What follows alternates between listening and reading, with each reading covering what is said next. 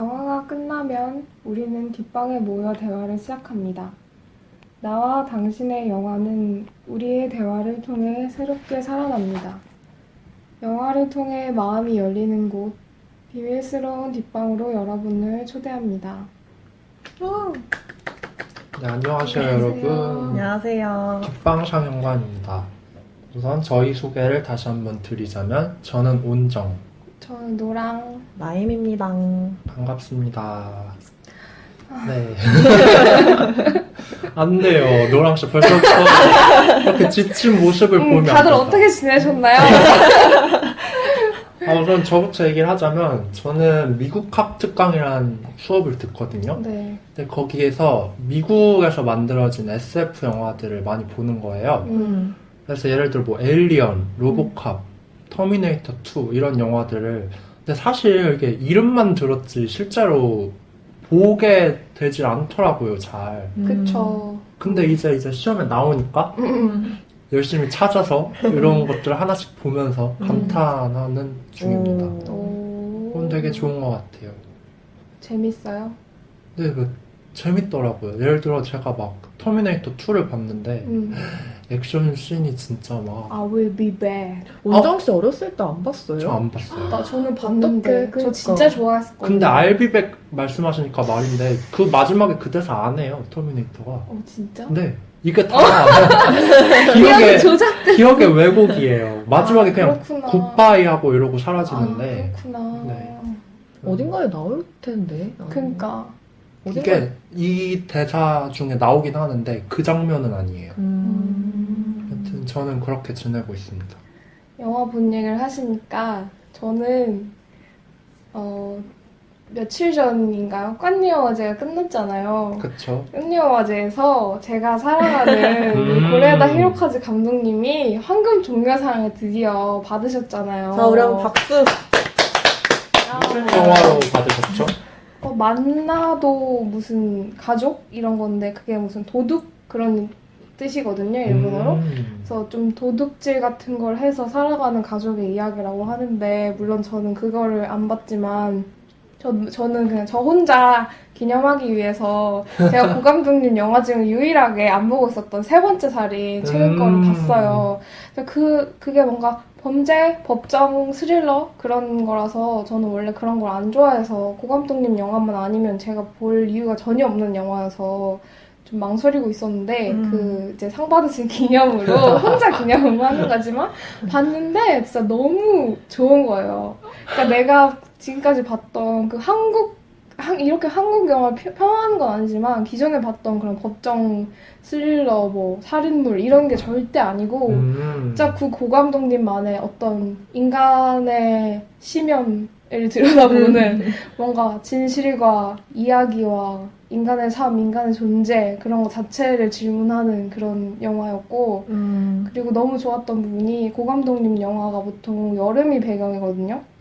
근데 이 영화는 특이하게 겨울이 배경이에요. 근데 그 겨울에 그 뭔가 한기와 그치만 뭔가 그 따뜻하다기보다는 뭔가 힘이 없지만 그 비춰주는 그 햇살 같은 거 있잖아요. 그게 너무 잘 또 찍으셔가지고 봐야겠다. 그것도 너무 진짜 좋았어요. 겨울 제일 좋아해요.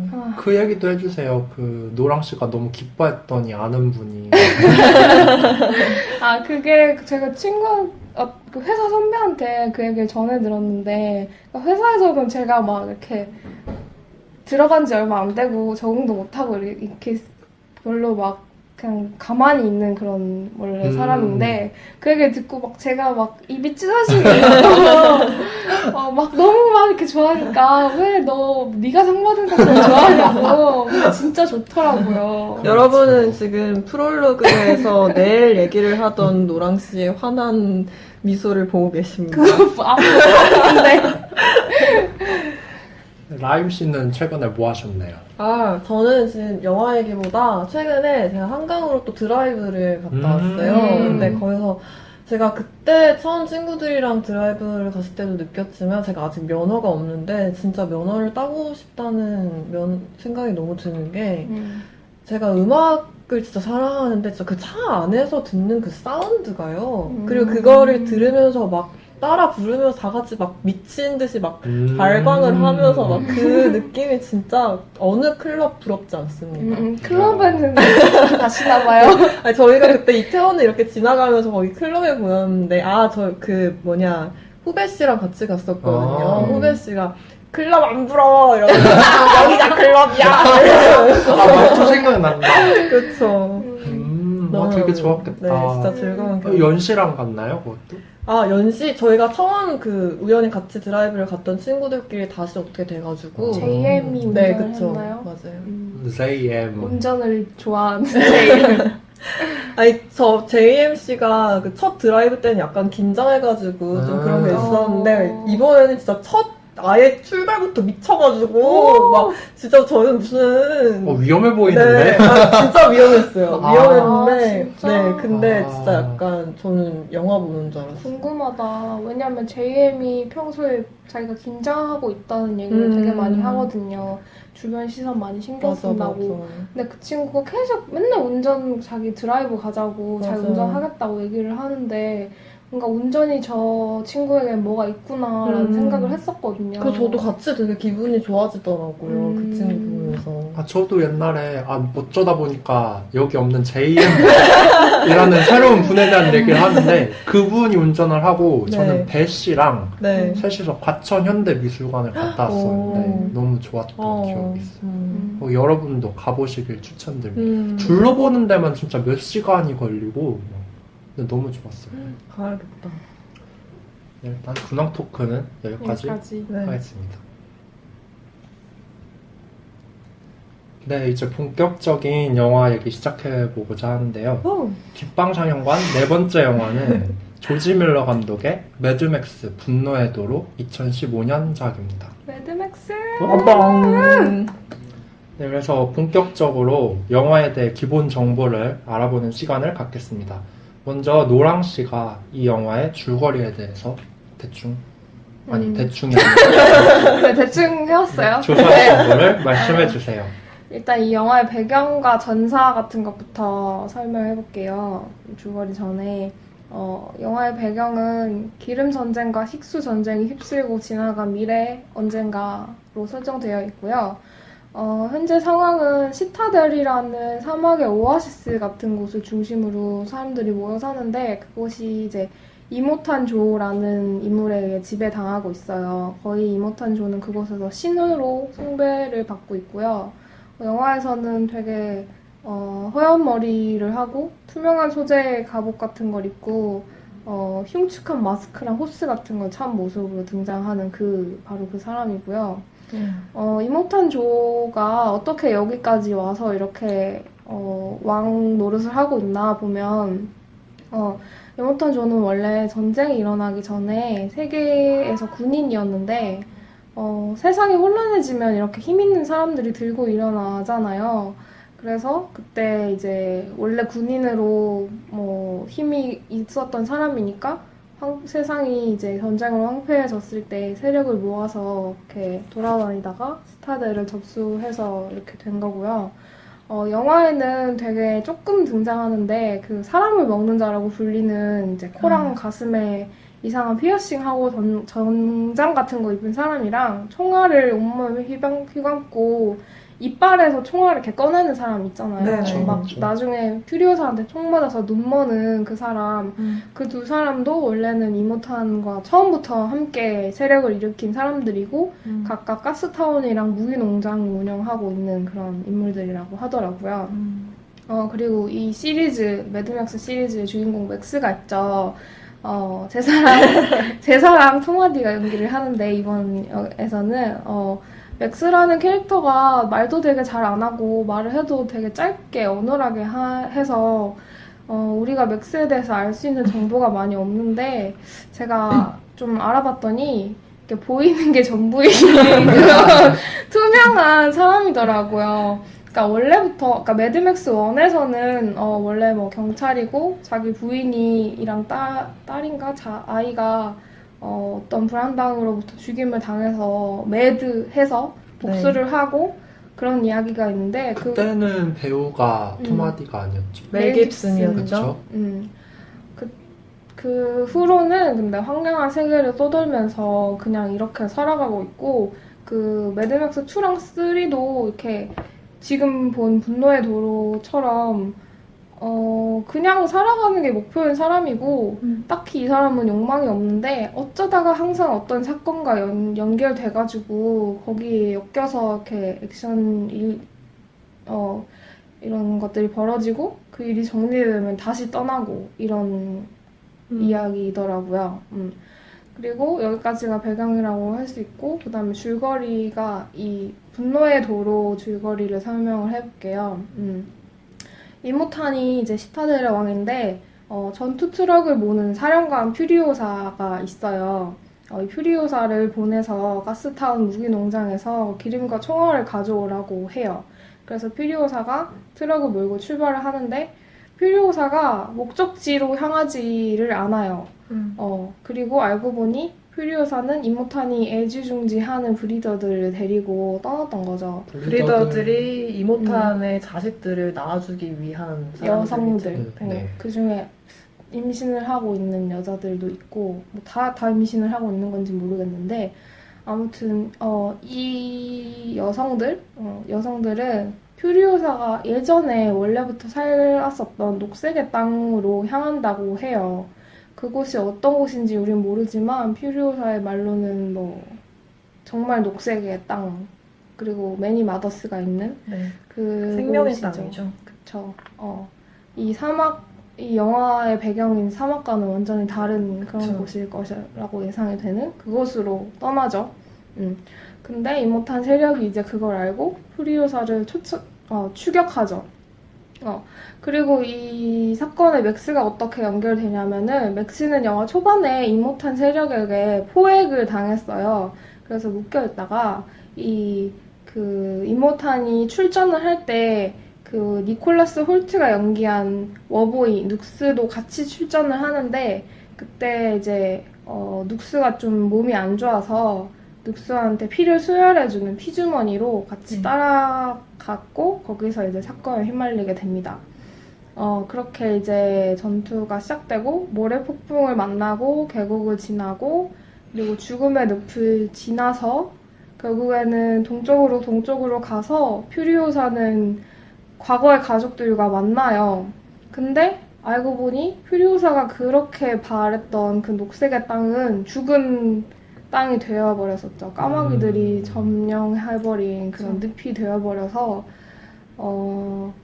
결국에는 이 물이 있는 시타델로 다시 돌아가자. 시타델엔 물이 많으니까, 넥스가 그렇게 제안을 해가지고, 다시 돌아오면서 또 이모탄과 전쟁을 벌이는 그런 이야기입니다.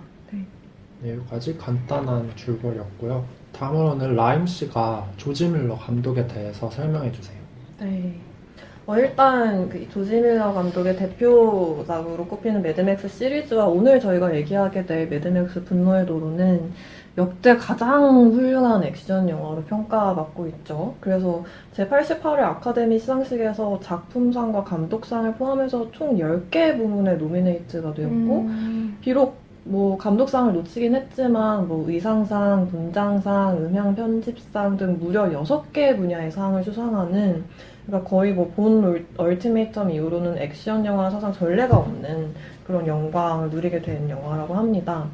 여러분이 아셨는지 모르겠는데 이 조지 밀러 감독님께서 원래 의사가 되려고 의사 공부를 하셨던 분이에요. 근데 의대 마지막 해에 그 조지 밀러 감독님과 그의 남동생인 크리스가 1분짜리 단편 영화를 만들었는데 그게 학생대회에서 우승을 한 거예요.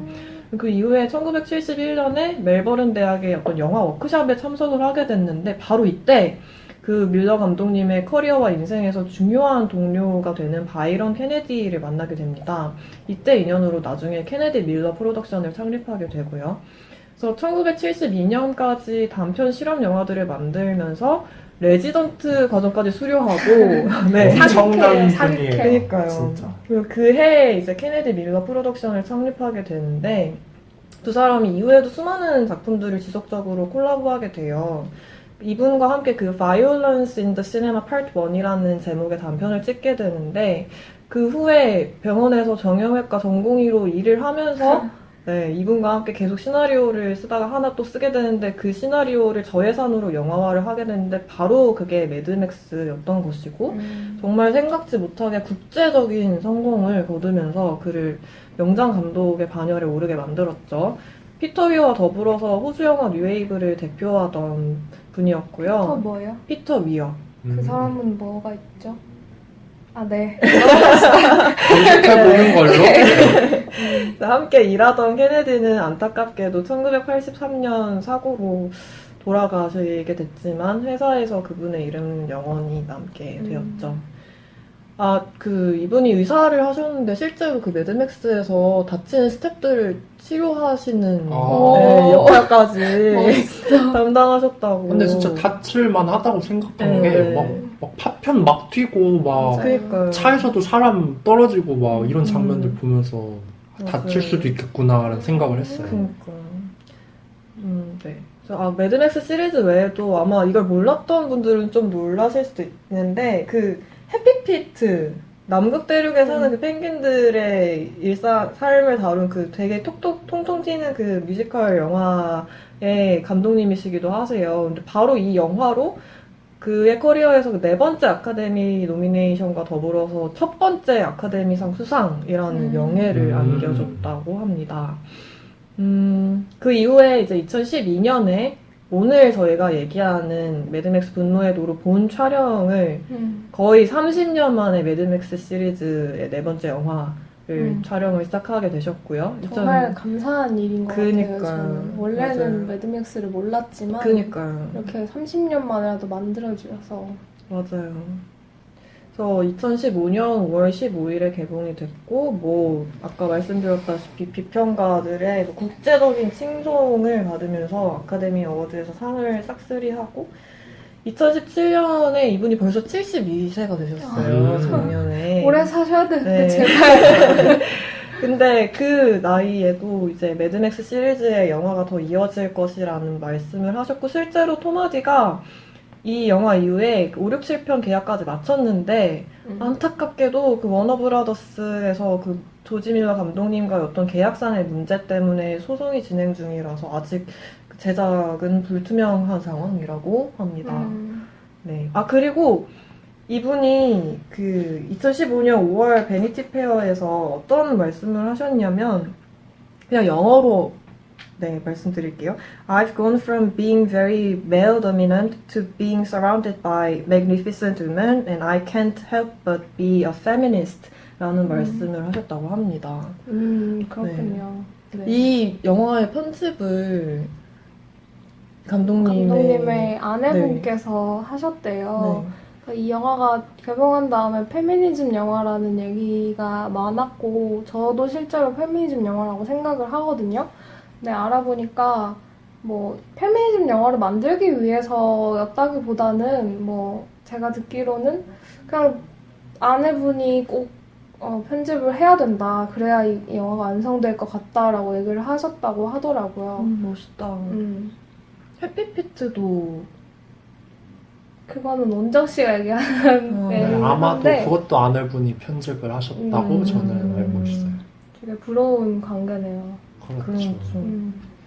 그리고 저는 이 영화에 대한 간단한 평들이나 아니면 배우들에 관해서 찾아봤는데 우선 아까 라임 씨가 말씀하셨던 대로 되게 호평을 많이 받았어요. 전문가들한테도 그렇고 일반 관객들한테도 그런데 로튼토마토 지수 97%, 관객 점수 85%, 메타크리틱 점수 100점 만점에 90점 이런 식으로 높은 점수를 받았고요.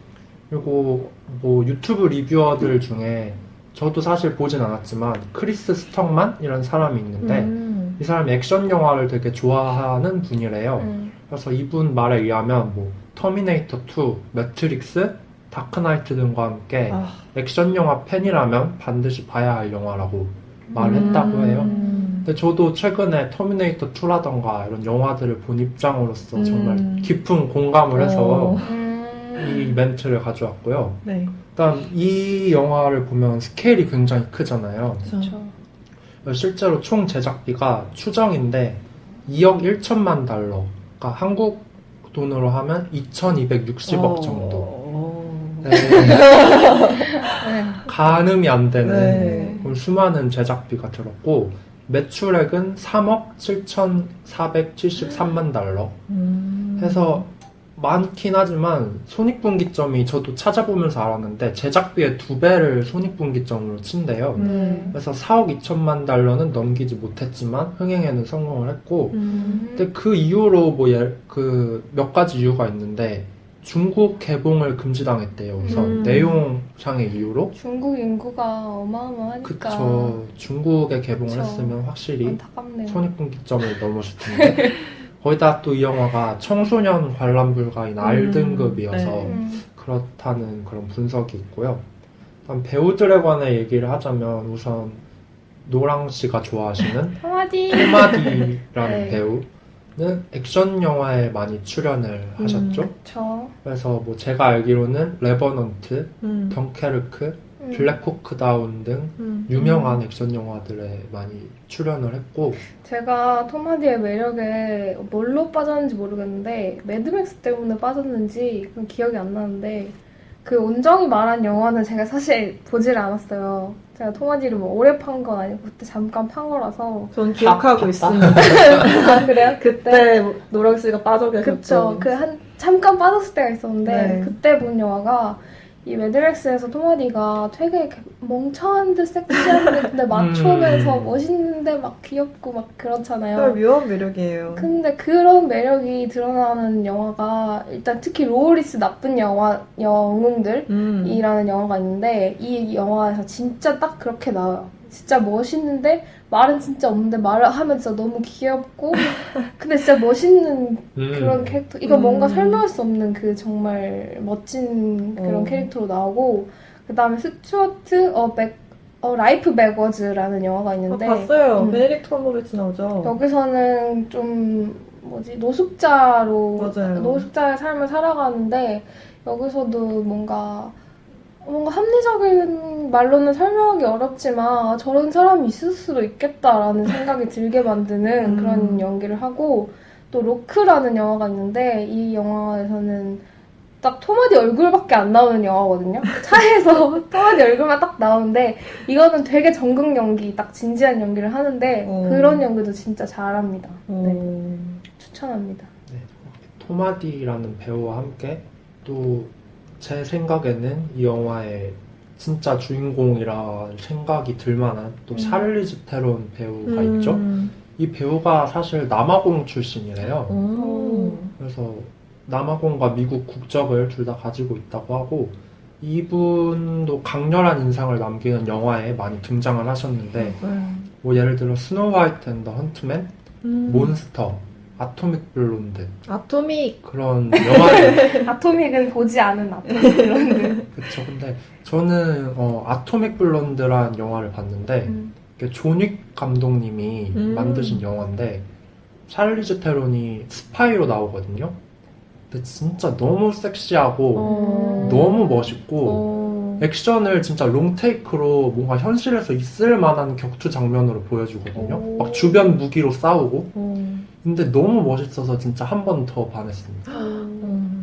멋있네요. 솔직히 줄거리에 대해서는 의견이 분분할 수 있지만 액션 영화는 액션이 중요하다라는 생각을 하신 분들께 저는 추천드려요. 그리고 마지막으로는 눅스 역할을 한 니콜라스 홀트 배우. 이분은 자기 잘생긴 얼굴을 진짜 잘 안 쓰는 분이에요, 영화에서. 원바디스에서도 좀비를 네. 한다던가 엑스맨에선 또 헐크 역할을 하고 그쵸. 여기서는 머리를 밀고 워보이 역할을 네. 하는 분. 온갖 다양한 인간이 캐릭터들을. 아닌 캐릭터들을. 혹시 니콜라스 홀트의 아름다운 모습을 즐기고 싶으시다면은 갑자기 제목을 까먹었어요. 싱글맨. 싱글맨. 네. 맞아요. 거기 나오는 배우들은 정말 다 자기의 어떤 리즈 시절의 맞아요. 그 너무 아름다운 진짜 미모를. 아름다움. 네. 그리고 저는 사실 이 배우는 스킨스로 알았는데 스킨스의 그 약간 반항아적이고 막 뭔가 남을 비웃는 듯한 입꼬리를 항상 입고 막 뭐든 잘해내는 약간 얄미운 그런 인상의 배우였는데 이렇게 그렇구나. 다양한 역할을 하는 걸 보면 또 신기해요. 맞아요. 싱글맨에서는 되게 약간 맑고 순수한 마스크로 나오거든요. 그쵸. 되게 여러 연기를 시도하는 배우인 것 같아요. 그래서 지금까지 영화 기본 정보를 알아봤고요. 다음으로는 다시 보기 코너가 있겠습니다. 네, 이번 코너는 다시 보기입니다. 네, 다시 보기라는 코너는 영화에서 각자에게 인상 깊었던 장면을 이야기해보는 시간인데요. 먼저 노랑 씨가 어떤 장면이 인상 깊었는지 말해주세요. 저는 좀 영화 초반이라고 할 수 있는데, 처음에 맥스가 눅스랑 묶여서 출발을 하잖아요. 근데 저는 이 두 사람이 묶여있다는 게 참 재밌다는 생각이 들었어요, 보면서. 이름도 맥스 눅스야. 노린 것 같아요, 맞아요. 아무래도. 그쵸? 맥스는 그저 살기 위해서 살아가는 사람이잖아요. 맥스의 유일한 목표는 사는 것이고, Survive. 뭐 다른 욕망이 없어요, 얘한테는. 근데 눅스는 죽음으로 뛰어드는 캐릭터예요. 영광스러운 죽음. 영광스럽게 죽어서 뭐 다시 살겠다. 바랄라에 가겠다.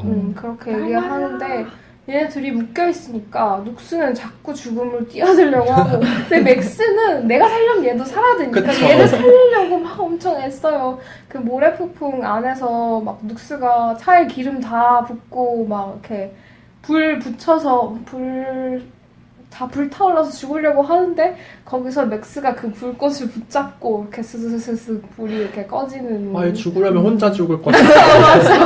맞아. 그렇게 돼서 그 두 사람이 묶여서 함께 가지만 그치만 계속 다른 방향으로 가려고 하는 그 모습이 또 좋았고, 그리고 이 묶인 채로 또 이 영화의 다른 축인 퓨리오사와 스플렌디드를 만나잖아요. 스플렌디드가 그 브리더들의 대표라고 할 수 있죠. 그쵸. 그 가장 사랑받는 아내라고 하는 네. 그 캐릭터. 거기서도 되게 인상적이었던 게 그 맥스랑 퓨리오사가 싸우거든요. 근데 이 두 사람은 반대되는 캐릭터인 거죠. 대립하는 캐릭터. 그리고 눅스는 거기에 맞서서 퓨리오사를 얘는 잡아야 되니까 같이 싸워요, 맥스랑 눅스는. 근데 사실은 여기서는 맥스랑 눅스는 같은 편이라고 할 수 있지만 그치만 맥스랑 눅스는 완전히 아까 얘기했던 것처럼 반대 방향으로 가는 캐릭터들이고 눅스는 퓨리오사를 잡아서 이모탄에게 바치려는 목적을 가졌지만 맥스는 또 그런 게 없잖아요. 그러니까 같이 싸우는데 얼핏 보면 동료처럼 보일 수 있는 부분이 있지만 다른 걸 원하고 있는 거고, 그리고 여기서 퓨리오사랑 맥스랑 싸울 때 또 스플렌디드랑 다른 브리더들도 함께 물론 이렇게 개입을 하거든요. 그러니까 스플렌디드랑 퓨리오사는 같은 목표를 공유를 하고 있는 거죠. 같이 그쵸? 녹색의 땅에 가겠다는. 근데 사실 생각해보면 스플렌디드랑 퓨리오사는 조금 달라요. 그 두 사람이 원하는 게, 퓨리오사는 자기 과거에 살던 그 녹색의 땅으로 가는 것, 그리고 이 브리더들을 데리고 감으로써 어떤 영화에서 자막은 구원이라고 나왔는데 속죄라는 의미로 저는 받아들이는 게 더 좋다고 생각하는데, 그 속죄를 하려는 목표를 갖고 있고, 근데 스플렌디드는 어떤 생명이랄까 그런 가치를 실현한 자기가 체화한 그런 사람이라고 생각을 하거든요. 이 그 황폐한 세상의 어떤 생명을 이제 소중히 생각하는 그런 가치 같은 것들. 그래서 녹색의 땅으로 가려고 한다고 생각하고, 실제로 눅스를 잡았을 때 퓨리오사는 죽이려고 하지만 스플렌디드는 죽이지 않기로 했잖아 이러면서 살려서 보내거든요.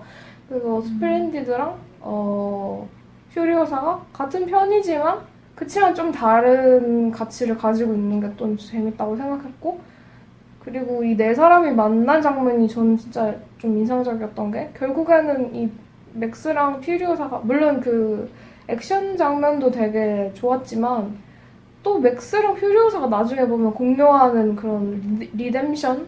그런 어떤 정서들이 있는데 얘네들이 지금 싸우고 있고, 뭐 그런 것들이 되게 재밌더라고요, 초반에. 그러네요. 서로 다른 목적을 가진 인물들이 이제 처음으로 만나서 엉키고 갈등과 맞아요. 그런 걸 시작하는 그런 단계였죠. 저는 저한테 제가 이 영화를 처음 봤던 순간에도 그랬고, 다시 봤을 때도 그렇고, 지금도 계속해서 제 안에 굉장히 강렬한 잔상과 어떤 전율하면서 어떤 그런 걸 느꼈던 장면이 있는데, 퓨리오사가 그녀의 어린 시절부터 홈랜드였던 그 그린 플레이스를 정말 꿈꾸다가 마침내 찾아갔는데, 결국 그것이 죽음의 땅으로 변해버렸다는 것을 깨닫게 됐을 때, 그 기계의 팔을 벗어 던지면서 그 황폐한 그 사막에서 무릎 꿇은 채 울부짖는 장면이 있어요.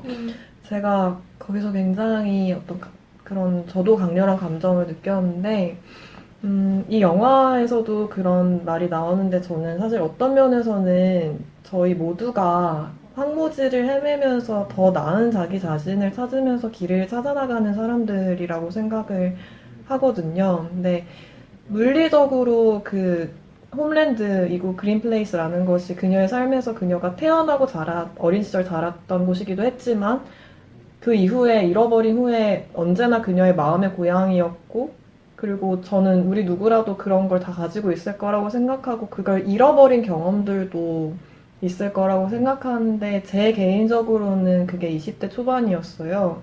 저한테 정말 어떤 뭐랄까 정말 동화처럼 맑고 깨끗하고 순수한 어떤 그런 생명력이 넘치던 시절이 있었고 그런 영혼을 가졌던 적이 있었는데 모든 것에 활짝 열려 있었고 제 주변의 사람들과 삶과 세상에 대한 사랑이 막 넘쳐 흐르던 시절이었거든요. 두려운 것이 없었고. 그러니까 녹색의 땅에 살던 그런 시절인 거죠. 맞아요. 근데 정말 이해할 수 없는, 그러니까 제가 이해할 수 없는 방식으로 제 영혼의 황무지가 저를 덮쳤던 순간이 있었는데 그 순간 이후로 사실 어떤 면에서 항상 그 시절을 평생 그리워하면서 저도 살아왔던 것 같아요. 퓨리오사처럼. 근데 다른 거는 이제는 절대 그 시절은 다시 돌아오지 않을 거라는 걸 받아들이게 된 거죠. 그러니까 처음 받아들이는 순간은 퓨리오사처럼 진짜 고통스러워요. 절규를 하죠. 네, 저는 정말 그분이 울부짖을 때, 아. 네, 제가 안에 정말 깊숙하게 묻혀있던 어떤 그런 분노나 슬픔이 대신 표출되는 것 같아서 그런 어떤 일종의 카타르시스와 전율을 같이 느꼈는데, 글쎄요. 잃어버린 것은 영영 잃어버린 것이지만 그 진실을 오롯이 마주하게 된 이후부터 저는 한 사람의 인생이 절대 결코 이전과 같아질 수 없다고 생각하고 구원을 바랬고 평생 꿈꿔왔고 그걸 잃었지만 저는 우리가 바라던 모습 그대로의 구원은 잃었다고요? 아니지만, 네, 잃어버렸지만, 잃어버렸다. 잃어버렸지만, 우리가 꿈꾸던 그 모습 그대로의 구원은 아니더라도 생각하지 못한 형태로 올 수 있다고 생각해요. 그리고 실제로 이 영화 안에서도 맥스가 퓨리오사에게 희망이 실수일 거라고 했지만, 그리고 너가 이미 잃어버린 것을 고칠 수 없으면 미쳐버릴 거라고 했지만 사실 그런 말도 있잖아요. 미친 세상에서 미치지 않은 채로 사는 게 더 불가능할 거라고. 세상이 너무 미쳐버려서 그쵸. 나도 미쳤지만 누가 더 미친 건지 모르겠다 이런 그쵸. 얘기가 나오죠. 매드맥스에서 구현된 그런 포스트 아포칼립스처럼 이런 극단적인 형태가 아니어도 저는 우리가 사는 현대사의 현실의 단면들도 그런 면을 가지고 있다고 생각하거든요. 근데 그런 미친 세상에서 그토록 기다리고 꿈꾸던 구원조차 물거품이 돼버렸을 때 사실 진짜 구원은 거기서부터 오는 것 같아요. 그러니까 외부에서 꿈꾸던 그런 어떤 외부의 장소 그리고 과거의 장소가 아니라 지금 여기 이 자리에서 내 자신이 내 스스로 길을 찾아서 어떤 내가 도망쳐온 곳으로부터 다시 내 안에 황폐한 세상을 만들어온 그런 근원들을 마주하면서 나를 죽이고 다시 태어나는 거 그게 저는 진짜 리뎀션이 되는 거라고 생각했던 것 같아요. 저는 사실 라임 얘기를 듣다 보니 라임은 퓨리오사에게 감정이입을 했구나 이런 생각이 들었고 저는 좀 토마디를 그 맥스에게 네. 감정이입을 했다는 생각이 들더라고요. 그러니까 맥스가 아까 라임도 말했지만 뭐 이미 망가져버린 삶을 고칠 수 없다면 넌 미쳐버릴 거야. 네. 희망을 갖는 건 실수일 수 있어? 네. 라고 얘기를 하는 거예요. 저는 되게 맞아, 완전 맞아. 이렇게 고개를 끄덕끄덕 하게 됐었고 희망 없이 그냥 살아가야 된다고. 근데 이게 그냥이라고 얘기하지만 저는 그 속에서도 뭔가 생의 즐거움이나 뭐 나만의 의미를 찾으면서 그쵸. 그냥 그렇게 살아가면 된다고 생각을 하고 어떤 희망이나 구원 이런 것을 어디 다른 데서 찾는 거 자체가에 대해서 저는 좀 회의적이라서 그래서 퓨리오사에게 더 감정이입을 못했던 것 같은데 또 얘기를 듣다 보니 한편으로 든 생각이 그 어떤 다른 곳에 있는 구원 같은 게 그걸 바라게 되는 때가 분명히 있잖아요. 근데 이 퓨리오사에게는 이렇게 하는 과정이 꼭 필요했을 거라는 생각이 들어요. 맞아요. 그러니까 내가 어떤 바라는 다른 곳에 있는 구원 혹은 내가 과거에 있었던 어떤 온전한 삶 이런 걸 바라게 되는 순간이 분명히 있는데 이게 없다는 거 네. 이거 다른 곳에서는 구원을 찾으면 안 된다는 거? 찾을 수 없다는 거? 나를 다른 곳에서 구원해주지 않을 거라는 거를 마주하는 순간이 꼭 필요하고 그렇게 해야만 그걸 마주해야만 라임이 말한 것처럼 지금 여기서 이렇게 다시 시작할 수 있게 되는 것 같아요. 퓨리오사도 계속 성장하는 캐릭터라고 생각을 하는 게 어떻게 보면 퓨리오사는 계속해서 자신의 과거를 다시 마주하고 다시 쓰는 인물이잖아요. 뭐 녹색의 땅에 되게 푸르렀고 아름다운 유토피아 같은 걸 기대하고 갔지만 현실이 아니어서 그걸 깨닫고 또 다르게 보자면 시타델은 그녀에게 고통만 줬던 장소지만 그곳으로 다시 돌아가서 이제 임모탄을 물리치고 그들이 시타델을 차지함으로써 이제는 또 새로운 희망의 장소가 되는 거잖아요. 그래서 이런 식으로 퓨리오사도 계속 자신의 과거를 다시 고쳐 쓰고 새롭게 생각하면서 나아가는 그런 인물인 것 같아요.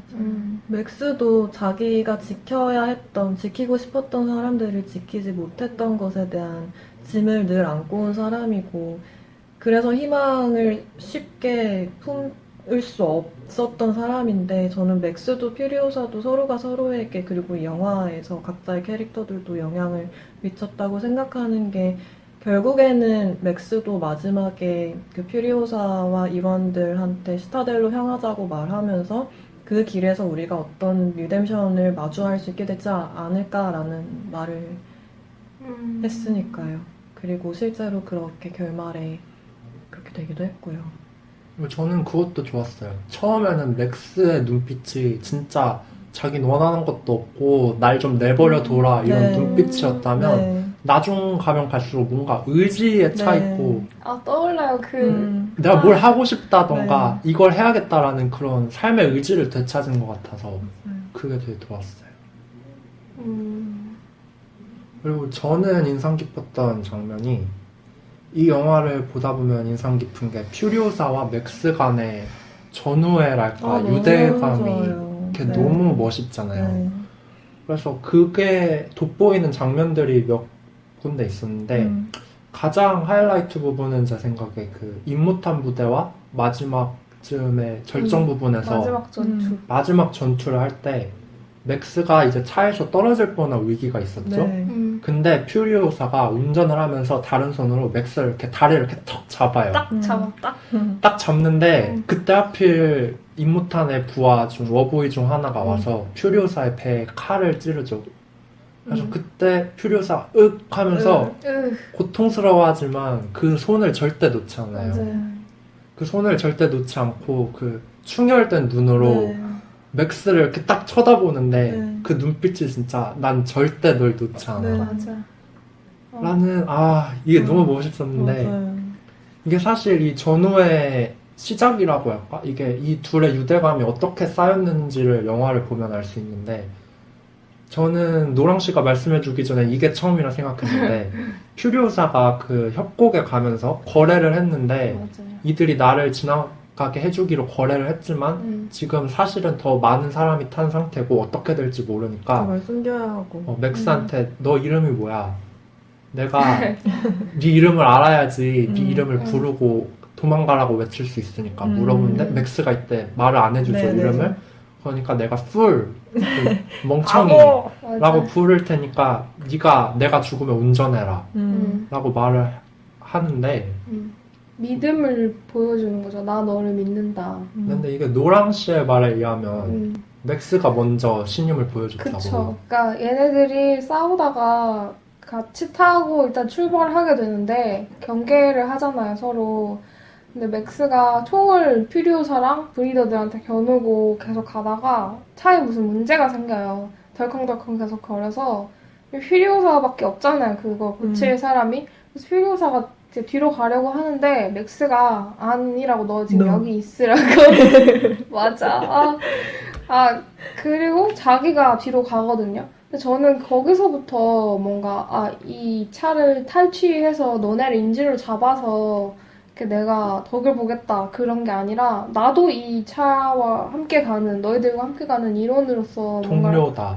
함께 하겠다 이런 걸 보여주는 장면인 것 같아서 거기서부터 퓨리오사가 쟤 좀 괜찮네 이렇게 생각을 한 것 같고, 그 다음에 이제 결국 온정이 말한 그 장면이 이어지잖아요. 이름 묻고 나 대신 내가 잘못되면 이 차를 부탁해 이런 식으로. 이런 뭔가 우정 폭발이라는 장면이 몇 군데 더 나오는데 네. 뭐 예를 들어 밤이 됐는데 엔진이 과열된 거예요. 그래서 이제 차를 멈춰 세우고 엔진이 식을 때까지 기다려야 하는데 뒤에서 계속 임무탄의 세력이 쫓아오죠. 그러니까 맥스가 이제 자기가 처리를 하겠다고. 그러니까 퓨리오사가 묻죠. 엔진이 식을 때까지 당신이 안 오면 맥스가 버리고 가라고. 근데 당신이 안 오면 어떡해라고 묻는 게 그니까. 너무 뭔가 절절하게 다가오는 거예요. 좀 건조하게 말하는 것 같지만. 그때부터 이미 너하고 계속 같이 가겠다는 맞아. 의지가 있는 거고 또 맥스가 돌아옵니다. 너무 멋있게 돌아와요. 기름과 총탄을 네. 이렇게 갈채우고 딱 이렇게 돌아오고 네. 그래서 저희가 막 관용적으로 이런 표현 쓰잖아요. 피를 나누는 전우다 네. 라는 그런 끈끈한 모습을 보여주는데 뭐 나중 가면 실제로도 그쵸, 맥스가 맞아요. 피를 수혈해주기도 하죠. 그쵸. 그렇게 거기서 보면, 네. 근데 중요한 게 영화 초반에 나오는 정보가 있어요. 맥스한테 그 워보이들이 이거는 뭐지? RH-5형인가? 모든 인간에게 수혈할 수 있는 최상 등급 피라고. O형이 그렇죠. 5형. 도장을 딱 찍어준단 말이에요. 그러니까 이 피를 아무한테나 줘도 되나 싶은데 그 초반에 미리 정보가 나온 거예요. 아무한테도 줘도 된다는 거를. 복선이죠, 복선. 그렇구나. 그래서- 그래서 녹스랑 맥스랑 퓨리오사가 다 그렇게 피로 맺어지게 된 맞아요. 거군요. 그리고 이제 마지막 장면에서 퓨리오사 일행이 스타델로 돌아가서 위로 이렇게 상승하면서 네. 군중 속으로 사라지는 맥스와 맞아. 퓨리오사가 네. 눈이 마주치는데 네. 끄덕 끄덕. 진짜 진짜 무슨 말이 필요해. 그 눈빛이 얘기를 듣고 보니 초반과 다른 것 같아요. 그쵸. 초반에 서로를 막 경계하고 막 저 자식은 뭐지? 없애야 되겠다 이런 눈빛이었다면 마지막엔 정말 너는 내 영원한 맞아요. 동료다 하는 그 신임 가득한 말이 필요 없는 그리고 그 자신으로서도 그래요. 그러니까 맥스가 혼자 등장했었고 영화 초반에 그리고 마지막에도 혼자 군중 속으로 사라지잖아요. 근데 저는 너무 달라요. 그쵸. 그 존재감. 처음에 맥스와 네. 끝에 맥스는 완전 다른 사람이죠.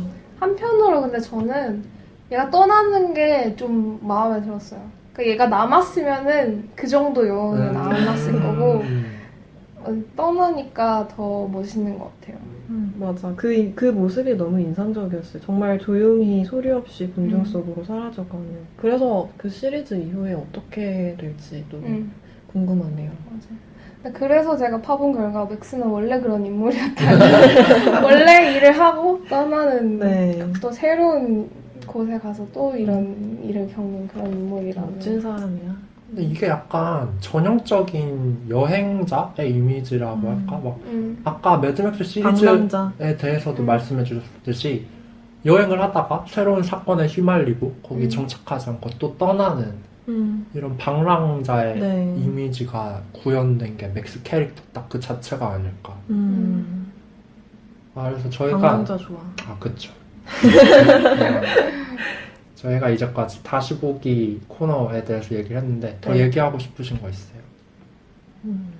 뒤에서 더 얘기를 해볼까요? 네. 그러면 이제 다음 코너에서 더 많은 얘기를 해보겠습니다. 네. 네, 다음 코너는 저희가 자유 코너 같은 건데 영화마다 특징이 다르잖아요. 그래서 영화에 맞춰서 특별하게 주제를 선정해서 얘기해보는 시간입니다. 자. 그래서 이번에는 이 매드맥스 분노의 도로란 영화가 워낙에 독특하고 고유한 세계관을 구축한 영화이기 때문에 이 세계관 관련해서 설정이나 분장, 소품 관련해서 인상적이었던 것들에 대해 이야기해보고자 해요. 그래서 우선 노랑 씨가 이 영화에 쓰인 음악에 대해서 해주실 얘기가 있다고. 저는 이 영화 초반에 음악의 매료가 됐었거든요. 이 처음 시작할 때 이렇게 움직임과 함께 뭔가 이상한 특이한 리듬이 있거든요. 이렇게 파파박 하는 리듬이 있고, 그리고 장면 안에 있는 음악이라고 해야 되나? 워보이즈를 출장할 때 이렇게 북 치는 거나 아니면 기타 치는 사람이 따라다니면서 기타를 치는데 그게 기괴해 보이지만 사실은 그 분위기를 고조시키는 역할로 쓰이는 거고, 근데 사실 또 전쟁에서 원래 실제 전쟁에서도 막 이렇게 북 쳐서 분위기를 고조하는 그런 것들이 있으니까. 그리고 뭔가 차들의 엔진 소리, 그리고 뭐가 부딪히는 소리 이런 것들이 다 음악처럼 들리는 그쵸. 거예요. 그래서 저는 그게 이 영화가 진짜 뭔가 음악 모음집 같은 그런 음악이다. 그런 영화다. 그렇게 생각을 했었고, 좀 뒤로 가면서는 뭔가 이렇게 장엄한 음악이 깔리는 게, 그러니까 이제 초반에는 영화 장면 안에 있는 것들로 음악이 사용됐다면 뒤에서는 자꾸 영화 밖에서 이렇게 배경음악이 깔리는 게 좀 지루해지는 그런 느낌이 있더라고요. 그리고 이 영화가 되게 영화에 특이한 리듬이 있고 그게 끊기는다고 할까? 그런 것도 되게 인상적이었는데 되게 제일 저는 그거 많이 느꼈던 게 그 눅스가 이모탄으로부터 저 차에 타서 저 차를 멈춰라 이런 네. 임무를 받는 순간이 있잖아요. 네. 그때 눅스가 그렇게 사랑하는 이모탄이 자기를 봐주고 막 이렇게 임무를 내려주고 막 총도 주고 막 이러니까 되게 좀 그런 분위기를 고조시키는 음악이 계속 나오거든요. 그쵸. 눅스의 그런 감정선. 눅스가 얼마나 벅찼겠어요. 맞아요. 이제 나도 드디어 그렇게 아름다운 죽음을 맞이해서 바랄라로 가겠구나. 이런 이렇게 딱 차에 올라타는데 그 눅스 발에 묶여있던 팔에 있던 쇠사슬. 쇠사슬이 딱 어딘가에 걸리면서 뚝 하고 끊기거든요. 너무 귀여워. 귀엽고 뭔가 장엄한 그런 분위기가 왠지 계속 될 것 같은, 눅스가 뭔가 할 것 같은 그런 분위기를 엄청 조성하다가 그걸 툭 끊어버리는 게 되게 재밌었고, 그리고 또 좋았던 게 제가 원래 톰 하디를 좋아하기도 하지만 저는 이 영화에서 톰 하디가 말하는 순간마다 뭔가 좀 돌출됐다고 느꼈어요. 그러니까 이 리듬이 되게 자연스럽게 흘러가는데 톰 하디가 말하는 거는 뭔가 되게 이상하거든요. 그리고 말할 때도 다른 인물들 원래 퓨리오사한테 하는 말이면 퓨리오사 보고 하면 되잖아요. 근데 자꾸 다른 데를 보고 막 어디 다른 데다 하는 말처럼 해요. 그리고 그 말도 되게 영화 속의 말인 것 같지 않고 영화 밖에 있는 것처럼 그렇게 말이 들려서 목소리 자체도 되게 묵직하고 깊이가 있어서 맞아요. 그렇게 들려요. 그런 게 좋았어요. 그리고 저는. 그 노랑 씨가 말씀을 해주셔서 생각이 난 건데 이게 막 이 영화에서 되게 고조시키다가 툭툭 끊기는 부분들이 몇 군데 있는데 처음에 그 맥스가 처음에 잡혔지만 탈출을 시도하다가 잡히는 장면에서도 맥스가 도망칠 때 막 환영들이랑 그 막 쫓아오는 사람들의 고함 소리가 들리다가 정신없이 막 이렇게 맞아. 하다가 정신없이 치닫다가 이제 마지막에 뚝 끊기면서 이제 매드맥스라는 맞아요. 제목 타이틀이 뜨기도 하고 그다음 눅스가 희생을 하는 장면이 나왔을 그거 때도 마지막쯤에 눅스가 이제 트럭을 돌려서 협곡을 막고 거기에 뒤따라오던 차들이 다 부딪히면서 폭발이 일어나는데 거기서도 좀 슬로우 모션으로 보여주면서 임무탄의 핸들이 화면으로 이렇게 쑥 날아오면서 딱 암전되죠. 그래서 저는 이런 것들이 참 영화의 리듬감을 잘 살렸다고 생각이 되고 그래서 이 영화가 사실 2시간이면은 꽤 2시간. 긴 러닝타임인데 맞아요. 하나도 질리지 않고 잘 봤던 것 같아요. 그 리듬감으로 관객들을 거의 막 압도하면서 막 미친 듯이 끌고 가는 영화를 또 보고 싶으신 분들에게는 위플래시를 추천합니다. 플래시가 진짜 마지막에 뚝! 네. 어? 진짜 거의 미쳐버리죠. 제가 그 영화 보고 진짜 정신이 나가가지고 아주 산지 한 일주일밖에 안 되는 스타벅스 텀블러가 있거든요. 제가 정말 그 해외 직구로 받은 거예요. 청록색. 제가 청록색을 진짜 좋아해서 딱 골라서 그걸 샀는데 일주일 만에 잃어버려서 거기 가지고 갔다가 놓고 나왔어요. 그 정신이 맞아. 홀려서 맞아. 영화에 진짜. 네, 그 영화 참 인상적이고 그 다음으로는 이 영화가 포스트 아포칼립스 또는 디스토피아적인 세계를 다루고 있잖아요. 실제로 이 조지 밀러 감독님께서 포스트 아포칼립스 장르의 아버지가 되시는 분이라고. 아버지. 네. 이 장르 너무 좋은데 저는 그래서 이런 것들을 잘 상징해주는 장면이 늪지로 변한 그린 플레이스 있잖아요. 네.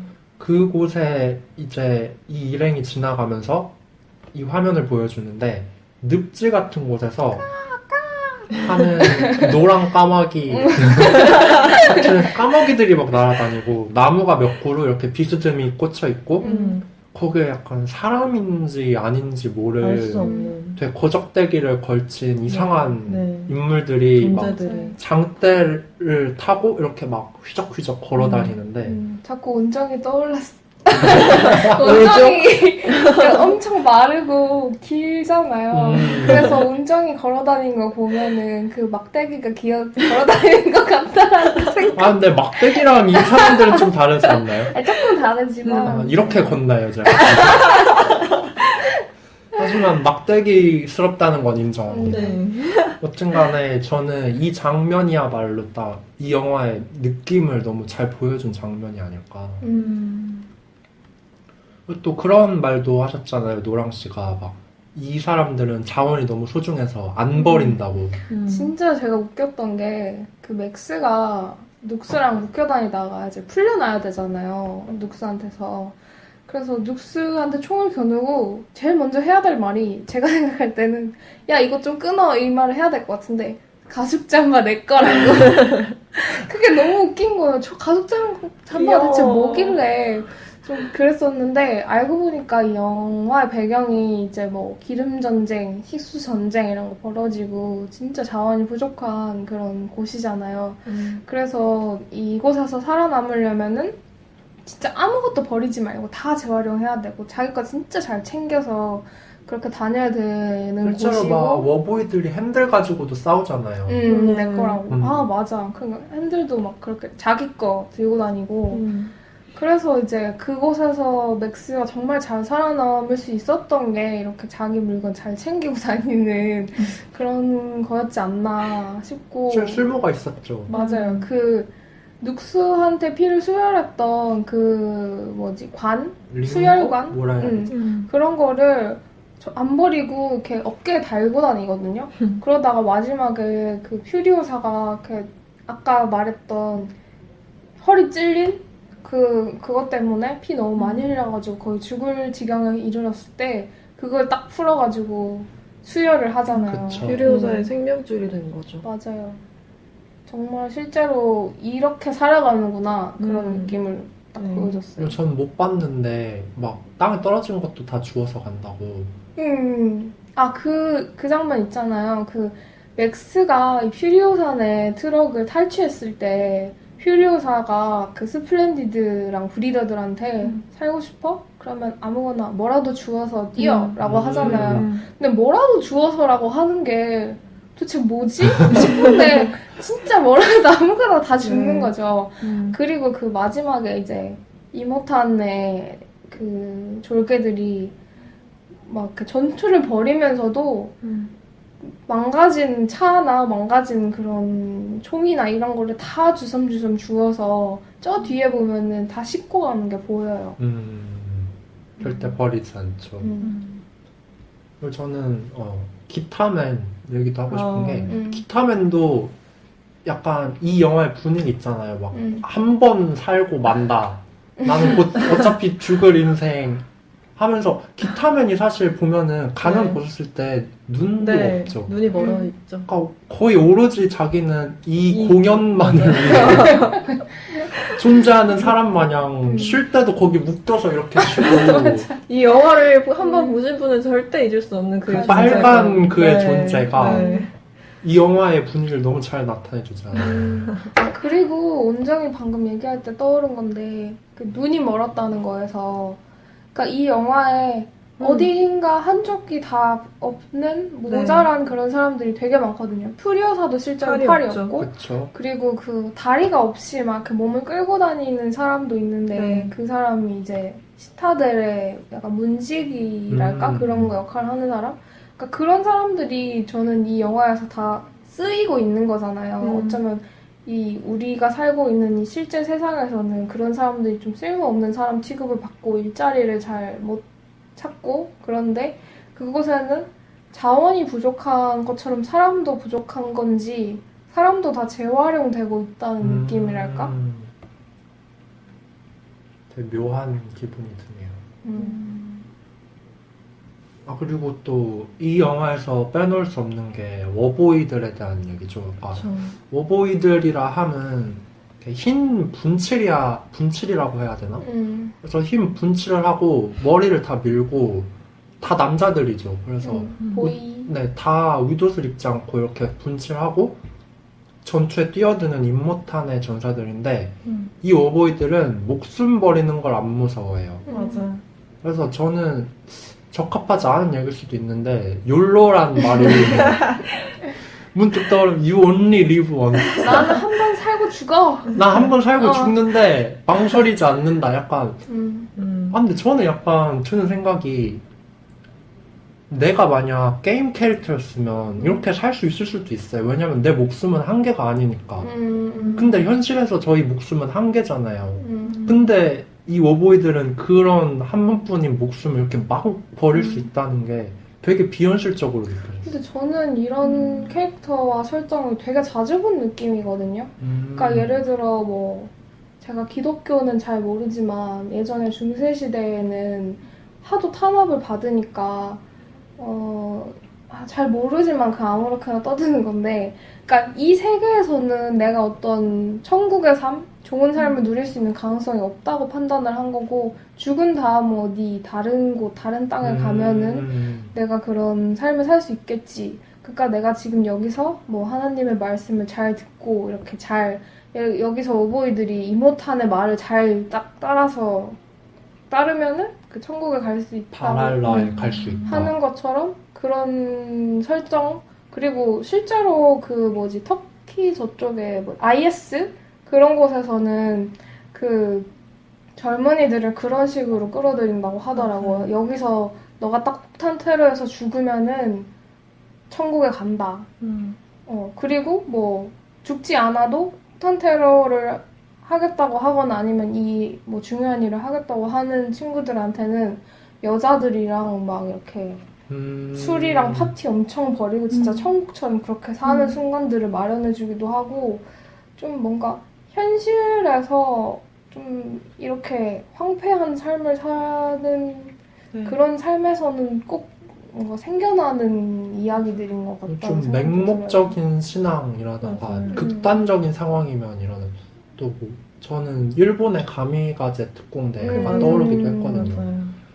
저는 그 현실 속에서도 이 영화 안에서도 이 워보이스라는 설정과 그리고 그 중에서도 특히 주인공으로 나왔던 눅스라는 인물이 가진 어떤 상징성이 있다고 생각을 했는데 방금 말씀해주신 것처럼 저는 이 워보이스들이 그렇게 맹목적으로 심겨진 신앙을 가지고 살면서 꼭두각시가 된 사람들이라고 생각했거든요. 그러니까 외부의 현실을 자기가 어떤 주관적인 시점에서 올바로 인식하지 못하게 길러진 그런 희생양들이라고 생각했는데 실제로 이 영화 안에서 그 사람들이 가진 맹목적인 그 이모탄조에 대한 추앙을 드러내는 반복적인 문장들이 나오죠. 뭐 예를 들어 I live, I die, I live again 이라던가 뭐 눅스가 어떤 임무를 부여받아서 하려고 할 때 이모탄조가 눅스에게 You will ride eternal shiny and chrome 이라는 말을 한다던가 아니면 그들이 막 진짜 영광스러운 죽음을 막 맞이하려고 할 때 Witness me 막 나를 보아라 막 이렇게 Remember 하면서 me. 네 그렇게 죽어가니까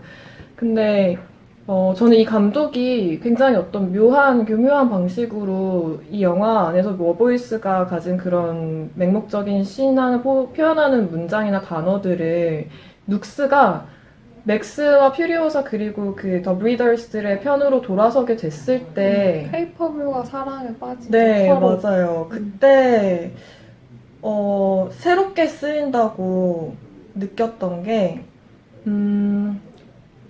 눅스가 처음으로 이 사람들의 편에 서가지고 이제 그 진창에서 차를 빼내면서 그걸 성공시켰을 때 뭐라고 말하냐면 I never thought that I'd do something as shine as that 이라고 말하거든요. 내가 이렇게 빛나는 일을 네. 할 수 있을 거라고 생각을 못했어. 그쵸. 그러니까 이모탄 조가 말했던 그런 이터널 샤이니 로드가 아니라 진짜 자기가 그 빨간 머리의 그 페이퍼블. 케이퍼블이 정말 자기를 자기 자신으로서 보듬어주고 안아주고 자기 자신으로서 뭔가 그런 진실로 내가 진짜 현실을 마주하게 되면서 그리고 사랑이 찾아오게 되면서 그때야말로 정말 눅스가 변화한 순간이고 내가 어떤 사람들과 어떤 그런 뭐랄까 진짜 사랑과 케어의 감정에서 우러난 행동에 자기 자신을 바치게 되었을 때 그때야말로 정말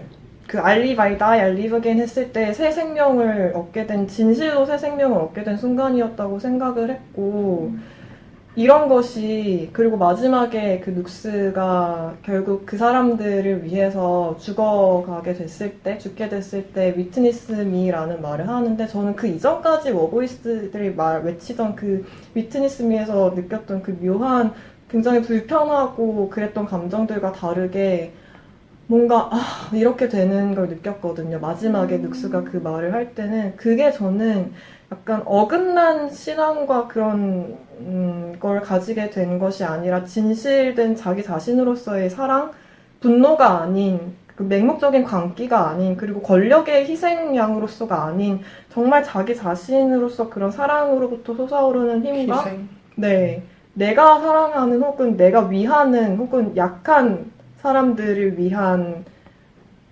것에 자기 자신을 바치게 되었을 때 그 말을 할 때 위트니스 미를 할 때 저는 그 눈빛과 그 표정과 그것에서 되게 다른 것을 느꼈어요. 그래서 그런 것들이 대비가 된다고. 저 룩스랑 워보이들이 굉장히 대비되는 지점이 아까 말씀을 잘 해주셨지만 일단 워보이들은 제 생각에는 시한부 인생이지만 어떻게든 이 삶의 의미를 얻고 싶어하고 인정받고 싶어하는 몰개성한 인간들이었다면 눅스는 이제 브리더와 일행들과 만나면서 자기 자신을 본인으로서 인정받고 그쵸. 비로소 주체로서 맞아요. 자신이 생각하고 행동할 수 있게 된 네. 인물이죠. 그리고 사실 초반에도 워보이들이 자살을 하면서 뭐 날 기억해줘 하면서 자살하는 장면이 나오는데 그때 이 동료들은 비웃죠. 걔가 죽기 전에는 기억해줄게 막 멋있어 너 이렇게 하다가 죽고 나자마자 비웃어요. 형편없었어 라던가 맞아. 그러니까 사실 기억되고 싶었지만 사실 아무도 이 사람을 제대로 기억할 사람이 없는 거잖아요. 근데 그에 비하면 눅스는 뭐 결론적으로 죽었다는 사실은 있지만 눅스는 정말 영원히 기억되겠죠. 그쵸. 방금 생각난 제가 되게 좋아하는 말이 있는데 어디서 들었는지는 저도 기억이 안 나는데 우리의 진짜 집은 누군가의 가슴속이라는 말이거든요. 아마 눅스는 그 사람들의 가슴속에 영원히 살게 되지 않을까. 근데 저는 조금 다르게 본 게 그러니까 물론 저는 그런 이모탄에 대한 눅스의 열정 그런 게 되게 일방적이고 케이팝을과의 관계 그리고 그 안에서 맺는 눅스가 맺는 관계는 뭐 쌍방향적이고 이렇게 서로 살이 닿는 그런 관계였다는 점에서 되게 다른 느낌으로 받아들여졌다는 그런 얘기는 되게 동의하긴 하는데 시한부 인생을 살고 있는 삶이, 저는 어쩌면 우리도 다 어차피 시한부 인생을 살고 그쵸. 있고, 이 세계에서 뭔가 열심히 하려고 하지만, 의미를 찾으려고 하지만, 의미를 찾지 못해서, 뭔가 항상 의미를 갈구하지만 어떤 허무함 속에서 휘말려서 그 허무함을 하지 못해서 그런 불안해하고 막 의미를 찾다가 또 무기력해지고 이렇게 반복하는 그런 삶이 뭐 눅스나 워브이들과 별로 다를 게 없다고 생각을 하거든요. 그래서 뭐 저는 이모탄에 대한 사랑이 그런 사랑도 나쁘지 않다고 생각을 해요. 그런 열정을 갖고 물론 그게 뭐 나쁜 쪽으로 사용되면은 뭐 그거는 그 나쁜 행위 때문에 나쁜 것이 되지만 그렇게 일방적이더라도 내가 어떤 삶의 의미를 찾을 수 있는 그런 이야기랄까, 그런 의미를 하나 붙잡는 거는 저는 나쁘지 않다고 생각을 하거든요. 그리고 뭐 케이팝과의 관계가 있지만 저는 결국에는 죽는다는 점에서 좀 어차피 똑같은 거 아닌가 싶기도 했어요. 저는 이렇게 생각하는 게, 일단, 눅스의 이전의 임모탄을 위한 행위가, 근데 그게 자기의 논리로, 자기 머리로 생각한 게 아니라고 생각해요. 다른 워보이들과 마찬가지로 그저 세뇌되었고, 그런 환경에서 자랐기 때문에 그런 생각을 하게 돼서 그게 본인의 선택이라고 하기 애매한 지점이라서. 맞아요. 네, 바로 그렇기 때문에 브리더스들도 자기의 베이비들은 그런 워보이스로 길러지지 않을 것이라고 말하면서 도망쳐 나온 거죠. 그래서 그때 행동을 옹호할 수는 없을 것 같고, 제 기준에선. 또 다른 거는 영화 그 시나리오상으로 생각을 해봤을 때 눅스를 죽이는 게 좀 더 깔끔한 마무리가 될 수 있다고 생각을 하는데, 일단 이 사람들이 계획을 세웠을 때 원래는 치타델로 다시 돌아가자는 계획을 세웠을 때 눅스는 워보이니까 눅스가 이제 빼앗긴 걸 다시 되찾아갔다고 하면은 눅스를 통해서 이제 다시 권력을 찾으려는 이런 계획을 세웠었잖아요. 근데 사실 이거를 생각해보면 눅스가 살아있어서 돌아갔다면은 눅스가 거의 통치자의 자리에 있을 표면적으로는 가능성이 높죠. 그랬을까? 저는 그렇게 생각해요. 생각을 못 해봐가지고 저는 퓨리오사가 사령관이고 근데 저는 그 부분이 되게 아리까리했던 게 뭔가 대중들이 퓨리오사가 사령관이니까 퓨리오사를 올려라 이런 식으로 뭔가 선동되는 거는 똑같은 느낌? 그러니까 이모탄도 사실 이모탄만의 어떤 권력이 있었던 게 아니라 어떤 텅 빈 껍데기에 불과한데 그냥 어떤 숭배 자체를 숭배하는 식으로 그렇게 체계가 돌아가고 있었다고 저는 생각을 했고 그래서 그 이모탄의 자리가 비워진 그 상황에서 그 많은 사람들이 이제 사실 엄청 혼란하잖아요. 그쵸. 그 상황에서 저는 그런 혼란한 상황에서는 또다시 뭔가 그냥 대중에게 휩쓸려서 물론 퓨리오사가 좋은 사람이라고 우리는 생각하니까 퓨리오사가 이렇게 올려지고 그렇게 하는 게 뭐 나쁘게 보진 않지만 저는 그게 막 엄청 희망적이고 진짜 살기 좋은 곳이 되겠구나 이런 생각은 들지가 않았어요 그때. 저는 바로 이 지점에서 꼭 하고 싶은 말이 있는데 계속 노랑 씨가 말씀해 주셨던 것에 대해서 저는 어떻게 생각하냐면 저 이모탄 조라는 인물 자체와 그리고 물이라는 것이 가진 상징성에 대해서 연결시켜서 말씀을 드리고 싶은데 이 사람이 처음부터 이모탄 조가 뭐 나는 너희들의 구원자이고 나의 손으로 너희들은 이 세상의 재 속에서 다시 일어날 것이다 라는 마치 신인 것처럼 말을 하죠.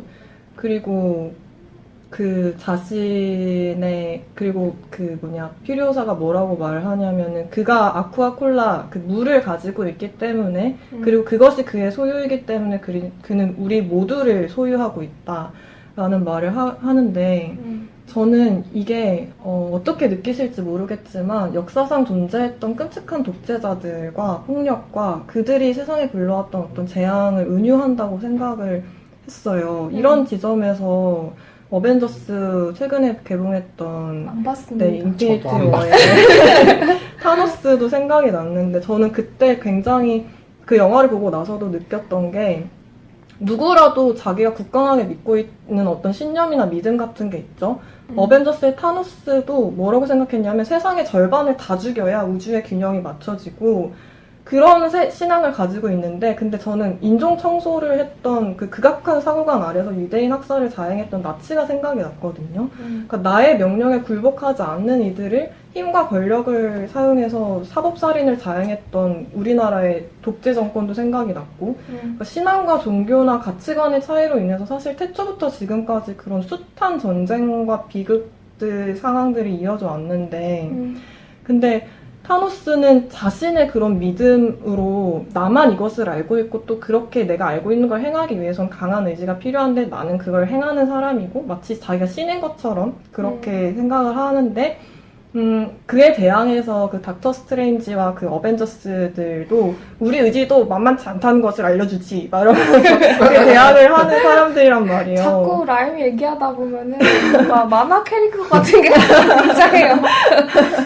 근데 저는 그 여기서의 이모탄 조도 물을 소유한 사람이고, 자식들을 소유한 사람이고, 군대들을 소유한 사람이고, 그 사람들한테 자신의 사상을 주입시킨단 말이에요. 내 군대고, 내 자식들이고, 그 백성들을 그 뜻에 따라서 통제하는 사람이고, 이와 대응되게 이에 대항하는, 우리가 알고 있는 그 맥스와 퓨리오사와 그 더 브리더스들이 있죠.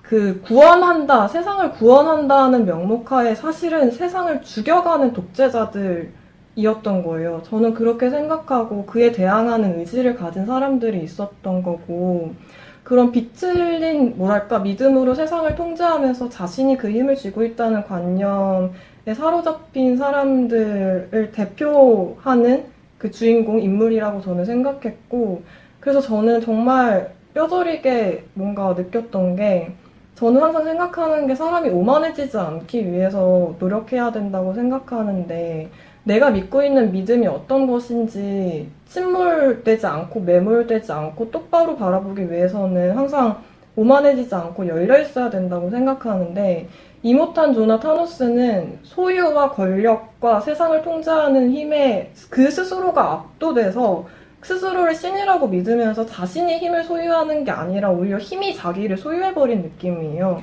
열린 이미지가 아니라 닫힌 이미지예요, 저한테는. 마치 이모탄 조가 수로를 닫아버리는 것처럼. 근데 그에 대응해서 그릇된 믿음을 행하는 그런 강한 힘에 굴복하지 않는, 저항하는 강한 의지들을 모인 사람들이 있었고, 그 사람들이 언제나 세상을 바꿔왔다고 저는 생각하고, 실제로 영화 안에서뿐만이 아니라 우리나라에서도 최근에 그런 일들이 일어났다고 생각하고, 역사 속에서 전쟁을 통해서 수많은 사람들의 희생과 의지 속에서 이루어져 온 거라고 생각하는데, 그래서 저는 이모탄 조랑 대응하는 이미지로 맥스나 퓨리오사나 더 와이프스가 마침내 그 시타델로 돌아와서 그렇게 올라갈 때는 물이 폭포처럼 쏟아진단 말이에요. 그렇게 완전 그 약하고 병든 나약한 그 시민들을 향해서 폭포처럼 쏟아지는 그 열린 이미지, 생명의 이미지여가지고 저는 그게 굉장히 중요한 지점이라고 생각해요. 저도 되게 그 이모탄에 대한 그런 독재자들의 비유? 그런 걸 굉장히 동의를 하는데, 근데 독재자들이, 제가 예전에, 이거 되게, 머릿속이 복잡한데, 이런 얘기까지 하게 될지 몰랐는데, 그, 4.19 혁명과 5.16 군사정변, 박정희 독재 정권의 등장? 이거에 대한 이야기를 제가 분석하는 수업을 들은 적이 있거든요. 그러니까 우리가 배우기로는 4.19 혁명이 굉장히 어떤 그 시민들의 의지로 나쁜 독재자 이승만을 몰아낸 그런 혁명이라고 배우잖아요. 근데 5.16은 박정희 군사 정권이 그거를 시민들의 의지를 꺾고 다시 한번 독재자로 등장한 그런 역사적 사건으로 배우잖아요. 근데 저는 제가 그 이야기랄까, 거기서 나온 담론들이랄까, 그 당시에 사람들이 얘기했던 거를 분석을 해본 결과, 물론 이것도 또 다른 담론이겠죠? 그 4.19가 어떤 혁명이라는 거는 굉장히 어떤 여러 사람들의 죽음과 어떤 급격한 변화? 급격한 어떤 감정이 휘몰아친다고 해야 되나? 그러니까 뭔가 이성적으로 어떤 의지를 가지고 이게 뭔가 이렇게 가야 돼 이런 게 있는 게 아니라 뭔가 다 폭발하는 거죠. 감정이 어떤 그 이승만 정권이 억누르고 있던 게 다 폭발을 해가지고 사람들이 막 들고 일어나는데 이게 어디로 가야 될지 이 힘이 모르는 거예요. 우리가 어디로 가야 될지 모르고 지금 이게 그냥 다 폭발한 상태인 거예요. 그래서 그때 박정희가 주장했던 게 자신은 젊고 힘이 있고, 그러니까 이승만에 대해서는 늙었고 부정부패한 데다가 좀 되게 무능한 정권이었고, 자신은 젊고 힘이 있고 이 나라를 빨리 이끌어갈 힘이 있는 사람이다. 이렇게 해가지고 그 4.19 혁명을 주도했던 시민들이 박정희에게 이렇게 뭐가 꺾인 게 아니라 박정희를 완전히 환영하고 정권을 세워줬다는 그런 느낌으로 그래서 그런 이야기가 있거든요. 저는 아까 맨 처음 노랑이 한 얘기가 되게 좋은 시각이라고 생각을 하는 게, 물론 이 영화의 이미지에서 퓨리오사와 브리더스, 맥스는 선한 이미지이고, 아까 물로 대비되는 이미지라던가 이들이 갖고 있는 식물, 미래에 대한 희망으로 되게 좋은 인물들로 보이긴 해요. 하지만 아까 노랑이 말한 대로 이들이 새로운 지배자라던가 권력이 있는 인물들로 추앙받는 과정이 이 역시도 민주적인 걸 바랄 상황은 아니지만 여튼 거기 있는 사람들이 그냥 좀 충동적으로 이 사람들을 올려라 해서 되는 것도 있고, 사실 우리는 이 사람들이 미래에 어떤 행동을 할지는 잘 모르는 거죠. 이들이 진짜 만약 거의 반전으로 이제까지 이모탄을 따랐던 사람들은 숙청하겠다. 근데 저는 그렇게까지는 생각하지 않는데, 어떤 선한 의지를 갖고 있어도 잘 되지 않을 때가 있잖아요. 네. 그 거대한 체계이기 때문에. 그래서 그런 게 그냥 걱정이라는 거죠, 저는. 저도 그래서 이 결말만으로 아직 희망차다고 단정을 짓기보다는 저 오히려 걱정이 되면서 끝났거든요. 앞으로 정치를 맞아요. 어떻게 할 것인가. 이제 끊어져 버린 가스타운과 무기공장과의 협력 관계 무너진 건 어떻게 할 것이며. 저는 거기서 그리고 물이 쏟아지는데, 물론 되게 시각적으로는 진짜 시원한 그게 있잖아요. 근데 걱정이 되더라고. 물을 저렇게 낭비해도 되나. 관리 어떻게 해야 되나. 물론 이 물이 정말, 사실은 이 물이 모든 사람이 먹고 살아도 넘쳐 흘러서 충분하다. 그런데 이모탄이 모든 사람들을 속이고 자기 혼자 권력을 독차지하고 있었던 거다 라고 하면은 그 물을 다 흐르게 해서 강으로 바다로 만들어서 예전처럼 녹색의 땅을 만들고 이렇게 살면 된다 이러면 진짜 행복하겠지만, 그 물이 진짜 그렇게 많을 것 같지 않고 뭔가 잘 관리해야 될 것 같고, 근데 그걸 관리한다는 뜻은 관리하는 사람이 누군가 누리는 사람이 있고 물을 못 누리는 사람이 있긴 하겠죠. 그런 문제가 또다시 발생을 할 것 같아서 너무 아름답고 잘됐다 이렇게 되지가 않더라고요, 저는. 문제는 늘 언제라도 발생하고, 사실 영화라는 것도 갈등 상황이 언제나 존재하고 그 극복을 통해서 계속 이어져 가는 거라서 저는 진짜 이 영화 이후의 시리즈에서 감독이 어떤 식으로 세계를 그려낼지도 궁금하고, 그리고 방금 말씀해 주셔서 저도 그게 되게 항상 늘 그 영화를 볼 때 저희가 조심해야 되는 지점이 뭐라고 생각하냐면, 사실 이거 저도 영화 수업을 들으면서 알게 된 건데, 그 서구의 영화, 상업 영화 전형적인 어떤 문법에서는 여러분도 이미 느끼셨겠지만 선과 악이 완전히 이분법적으로 나뉘어지는, 그러니까 영웅과 악당으로 나뉘어지는 그런 구조들이 여전히 그려지고 있단 말이에요. 근데 동양이나 아니면 다른 일반적이지 않은 영화들에서는 그 한 인간이 절대 선과 악, 이분법적인 사고만으로 절대 나뉘어질 수 없고, 그런 모습과 양상과 삶들을 자기만의 문법으로 자기만의 영화적인 문법으로 그려낸 감독들이 주목받기 시작하면서 그 서구에서 그렇게 영화를 향유하던 사람들이 새로운 시각을 가지게 되었다는 이야기를 들은 적이 있었는데 그래서 저는 아까 노랑 씨가 퓨리오사가 약한 인물처럼 느껴졌다는 말씀을 해주셨던 것 같은데 사실은 그래서 저는 약점과 그런 것들을 다 가지고 있고 절대 선하기만 하거나 악하기만 하거나 하지 않는 인물들이기 때문에 오히려 더 의미가 있고 그런 거라고 생각하고 진짜 시작은 이 이후에 어떻게 될지부터라고 생각해요. 그쵸. 그래서 더욱 속편 제작이 너무 근데 기대되는데. 사실 저는 그거 기대해서 이렇게 속편이 언제 나오나 찾아보고 뭐 예전 시리즈도 찾아보고 했던 건데 그냥 맥스가 계속 떠돌면서 액션이 이어지는 그런 걸 수도 있을 것 같고 근데 제가 이거에 이어서 하고 싶었던 얘기가 그러니까 아까 온정도 그런 얘기를 했었던 것 같은데 그 녹색의 땅이 사실은 죽음의 땅으로 변해버렸다는 것을 알고 난 뒤로 얘네가 원래는 시타대로 돌아오려고 했던 게 아니라 소금 사막을 건너려고 하잖아요. 네. 그러니까 이거에 대해서 저는 되게 얘기를 해보고 싶었어요. 그 소금 사막으로 가려고 하는 거 이제 맥스가 잡아서 시타델로 가자 해서 그렇게 된 건데 좀 더 자세히 말하자면 이제 소금 사막 너머는 누구도 간 적이 없는 미지의 땅이라고 말을 하죠. 그래서 이미 녹색의 땅이 황무지로 변했다는 걸 알고 이들은 이제 선택을 하는데 맥스는 따로 행동하겠다 해서 처음엔 따로 가지 않지만 이 퓨리오사 일행은 이제 그 미지의 땅으로 도전을 하겠다 하고 갔는데 거기서 맥스가 와서 이렇게 그들의 발걸음을 돌리는 그런 장면이었죠. 그렇죠.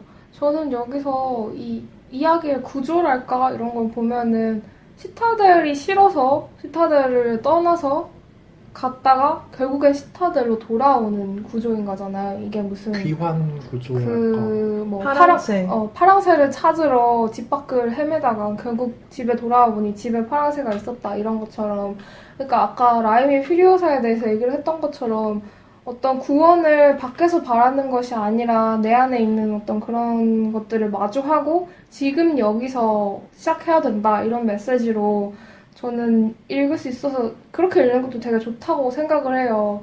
그러니까 내가 지금 처한 상황을 피하고 어떤 외부로 어떤 것을 바라는 것이 아니라 지금 여기서 내가 할 수 있는 일을 한다? 그렇게 이야기를 할 수도 있을 것 같은데 저는 또 어쩌면은 여기가 진짜 더럽고 막 싫고 어떻게 해도 할 수 없는 그런 곳이면은 떠나는 것도 방법이라고 생각을 하고 뭔가 새로운 거 다른 거를 해보는 것도 의미가 있다고 생각을 하거든요.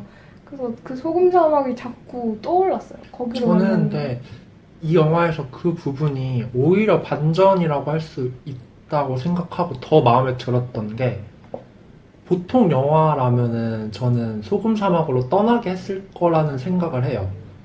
왜냐면 보통 사람들이 생각을 하기로는 지금의 만족을 못하면 뭔가 여기보다 나은 어떤 게 분명히 존재할 거고 희망을 가진다 해서 그렇게 찾는 결말로 끝나는 작품들이 굉장히 많다고 생각을 하는데 이 영화에서는 돌아가자고 하잖아요. 그리고 그것도 막연하게 돌아가자고 하는 게 아니라 계획이 있잖아요. 어떻게 그걸 탈환을 할 것인지 그래서 어떻게 더 나은 세상을 만들 것인지 그래서 저는 이게 오히려 사람들에게 막 막연한 희망을 심어주는 게 아니라 지금 있는 환경도 네가 막연하게 다른 것만 꿈꿀 게 아니라 네가 어떻게 행동을 하느냐에 따라서 더 나은 곳으로 만들 수도 있다 라는 이 메시지가 느껴져서 전 되게 좋았어요. 두려움을 직면한 거죠. 사실 시타델에는 내가 두려워하고 싫어하는 것들밖에 없었는데 동시에 거기에 우리가 가진 그 매니마더스 남은 생존자들이 가진 씨앗을 심고 키울 수 있는 물이 있었으니까 내가 두려워했던 가장 큰 인물이었던 이모탄조를 비롯한 그 군대들을 다 물리치고 다시 그곳으로 돌아가게 된 거죠. 그러니까 이 이야기에서는 저도 그럴 수 있을 것 같은데 근데 궁금하네요. 그러니까 자꾸 이렇게 저는 원정은 이게 새롭다고 했지만 저는 지금 여기에서 하자 뭐 이런 얘기 이런 메시지 저는 익숙하거든요. 그런 생각도 되게 자주 하고 그래서 제가 진짜로 지금 여기서 다시 이렇게 하려고 되게 노력해 본 적도 있어요. 어떤 망가진 관계를 항상 피하게만 하다가 이 관계에서 다시 해보자.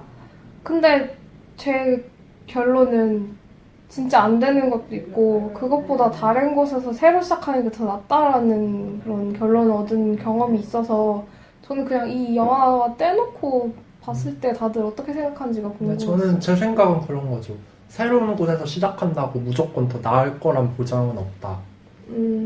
그렇게 떠났는데 또 황무지가 펼쳐져 있었을 것이라고 저는 상상을 해요. 이 영화에서.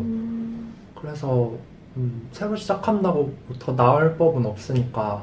그리고 사실 있는 환경에서 노력을 하는 게 좀 더 현실적으로 저희가 할 수 있는 방법에 더 가깝다고 생각하거든요.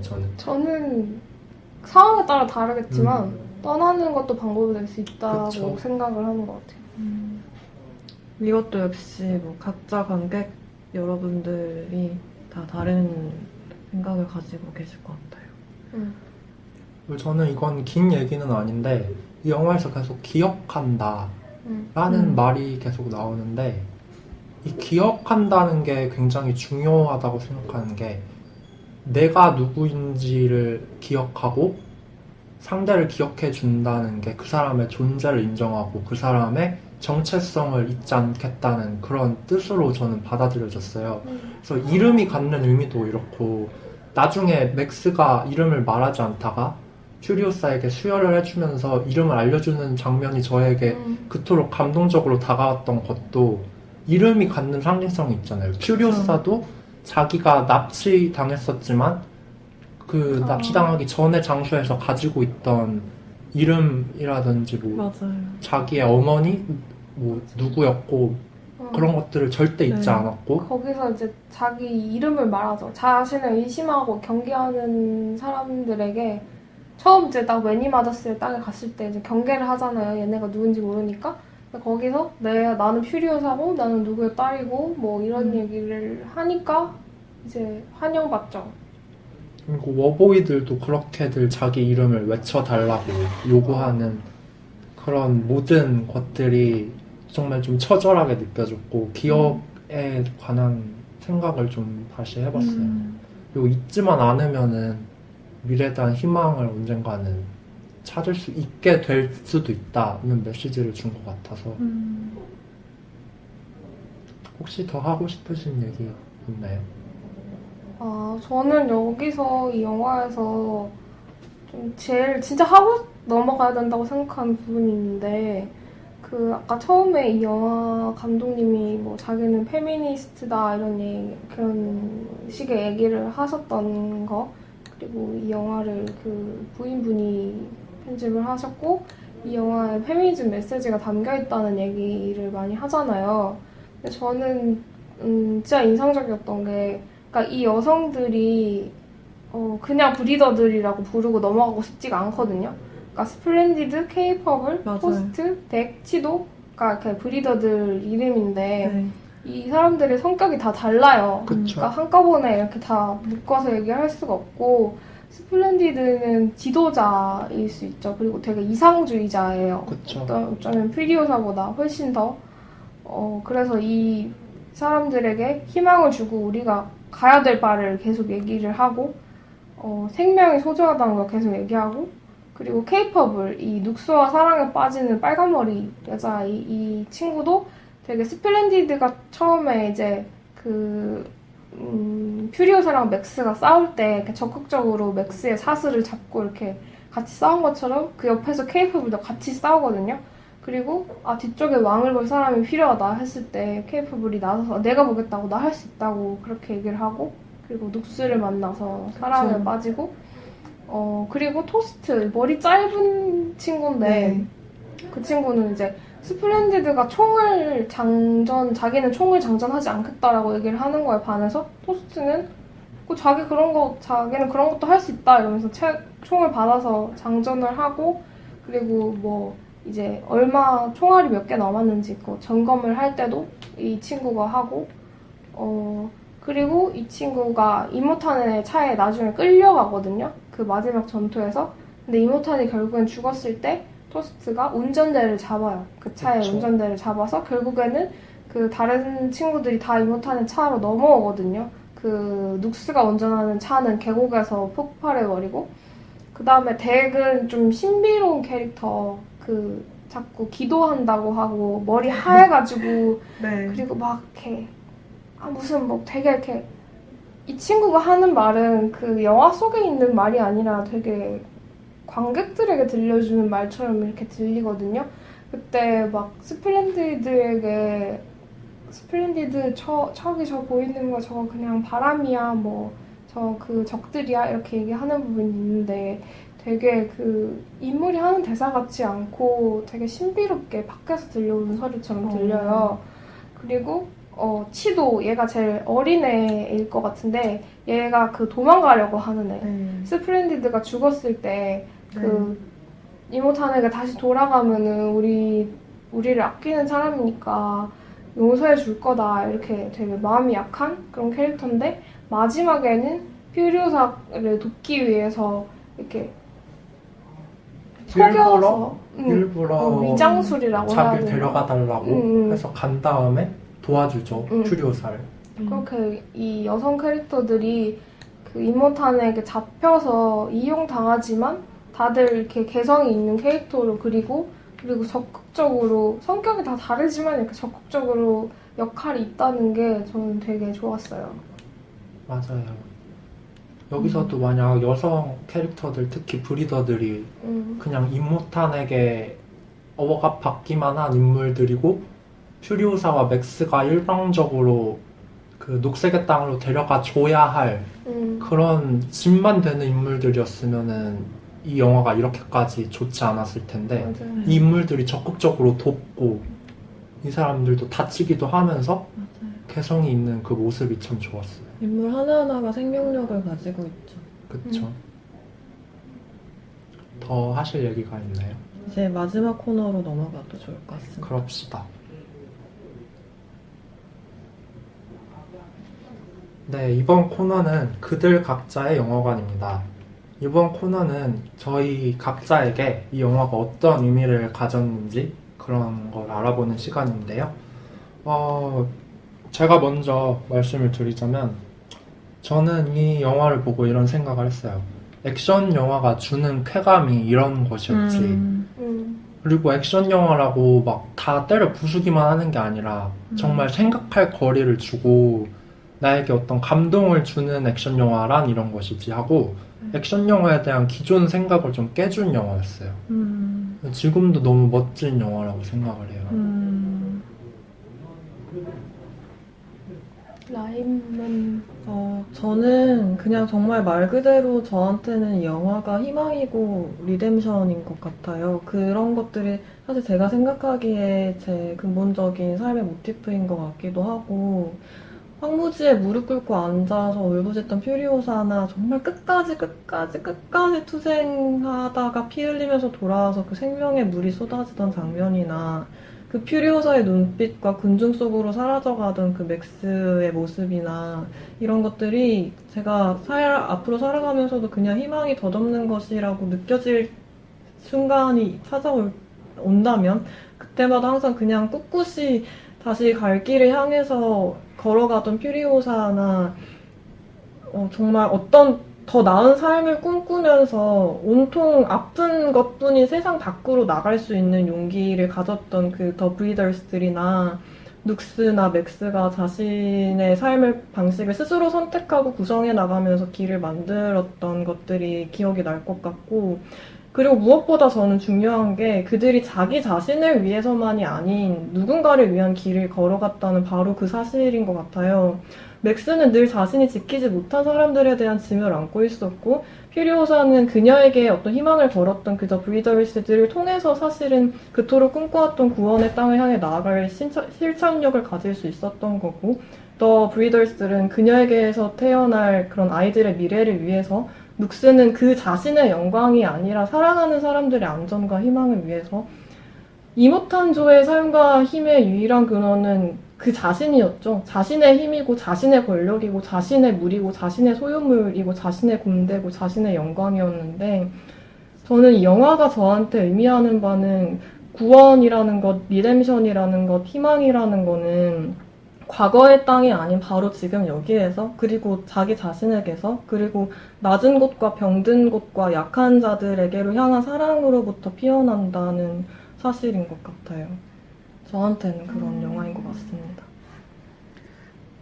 제 차례네요. 저는 이 영화를 처음 봤을 때, 제가 원래 영화를 볼 때 좀 한 사람에게 딱 집중을 해서 그 사람에게 파고드는, 저 사람의 내면은 어떤 풍경일까, 저 사람은 어떤 일을 겪었고, 어떤 감정을 품고 있길래 저렇게 행동을 할까, 이렇게 많이 생각을 하면서 보는 편인 것 같은데, 그래서 맥스에게 저는 완전히 몰입을 했고, 물론 토마디여서였는지 뭐가 먼저였는지 모르겠는데, 저 맥스라는 인물은 대체 과거에 어떤 일을 겪었길래 저런 그런 환영들을 보고 저렇게 행동하고, 그리고 어떤 퓨리오사와 공유하는 리뎀션의 감정이랄까? 그런 거가 많이 나오진 않지만 저는 그거에 되게 몰입이 되더라고요. 그랬는데, 근데 다시 또 보니까 요즘 제가 변해서 그랬는지, 맥스에게도 물론 맥스의 감정에 되게 끌리긴 하지만 어떤 그 세계가 보이더라고요, 이제는. 그 마지막에 맥스가 떠날 때, 이 세계는 어떻게 될까? 그리고 맥스는 앞으로 이렇게 살아가겠구나. 그러니까 과거에 어떤 감정을 어떤 일들을 겪었든 앞으로 맥스가 어떻게 살아갈까? 이런 생각을 하게 되고, 그리고 이런 세계는 대체 어떤 세계일까? 이런 호기심이 생겨서 매드맥스 시리즈에 대해서도 찾아보고 매드맥스2도 보고 그랬거든요. 그래서 아무튼 저는 볼 때마다 제 어떤 변화를 반영하는 것 같기도 하고 그러네요.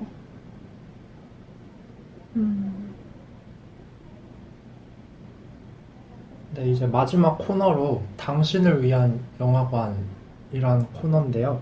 이 영화는 저희가 만약 이 영화를 상영한다면 누구에게 어디서 혹은 어떻게 보여주고 싶은지 각자 상영하고 싶은 방식을 자유롭게 이야기해보는 시간입니다. 저 있어요. 저는 그 연시에서 예전에 옥상영화제를 하는데 작년이었나? 네. 이 매드맥스라는 영화가 후보작에 오른 적이 있었거든요. 3개 중에 하나가 된 적이 있었어요. 원래 옥상영화제 때 2개를 트는데 그 3개 안에 들어갔었어요. 저는 사실 그 중에서 매드맥스를 밀었었거든요, 마음으로. 투표도 거기 했고, 물론 되지 않았지만. 그러니까 이거를 다시 봤을 때도 저는 똑같이 생각을 했는데, 이번에 그때 처음 볼 때는 영화관에서 봤는데 다시 볼 때는 화면으로 보니까 진짜 답답한 거예요. 이거 큰 걸로 봐야지 진짠데 이런 생각이 너무 들고 그리고 옥상 영화제 때 진짜 틀고 싶다는 생각이 드는 게 옥상이 바람이 막 많이 불고 이렇게 화면이 많이 치잖아요. 물론 이렇게 막 춤을 추잖아요. 이렇게 출렁출렁.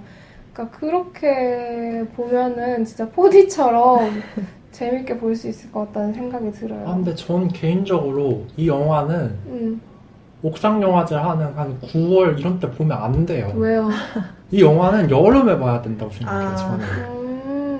근데 솔직히 저희 옥상 영화제 할 때 저는 추웠거든요, 막. 근데 그 추운 날씨에서 이 영화를 보면 이 느낌이 잘 안 살 것 같아요. 그래서 저희 그래비티랑 캐롤 상영할 때가 4D였죠. 입체적으로. 그쵸. 겨울, 겨울과. 설국열차가 진짜 4D였죠, 설국열차. 그래서 저도 만약 여름에 틀 수 있다면 정말 틀고 싶은데. 그니까 뭔가 그 메마른 갈증 그 이런 사막, 느낌. 갈증, 막 이글이글한 그런 곳에서 막 땀이 흐르고 막. 저희 오늘 약간 그렇잖아요. 오늘 에어컨을 틀면 소리가 들어가서 굉장히 더운 환경에서 녹음하고 있어요. 저는 이 영화를 친다면 약간 여름에 근데 여름에 좀 그래도 영화를 보는 거니까 시원한 극장에서 하지만 배경은 여름, 상황은 여름 이런 데서 여러 명이서 함께 뭔가 축구 보듯이 보면은 재밌지 않을까. 소리 지르면서 막 물리칠 때 막 같이 막 소리 지르면서 막 저 입 못한 저 자식 이러면서 보면 좋지 않을까라는 생각을 했어요. 저는 노랑씨랑 비슷한 생각을 한 게 저는 비록 작년 옥상영화 영화제에선 다른 영화에 투표를 했고 그 영화가 상영이 됐지만 그냥 정말 이 영화는 탁 트인 하늘 아래서 가능하다면 말씀하신 것처럼 옥상에서 그 영화 속의 사막의 하늘과 그 현실의 하늘의 경계가 구분되지 않는 곳에서 정말 입체적인 그 압도적인 사운드와 스케일에 흠뻑 빠져들 수 있는 그런 환경에서 보셨으면 합니다. 네, 지금까지 이렇게 얘기를 해봤는데 오늘 녹음 어떠셨어요? 우리가 녹음 시작하기 전에 항상 목표를 잡는 게 1시간 반인데 항상 이렇게 넘겨버리네요. 그래도 저번보다 10분 줄였으니까. 다들 하고 싶은 얘기가 너무 많아서 그래. 그쵸. 저희가 하고 싶은 말이 워낙 많아서 오늘 녹음 여기까지 하겠습니다. 네. 상영이 끝났으니 계단 조심하셔서 천천히 나가주시기 바랍니다. 다음 영화도 기대해주세요. 안녕. 안녕.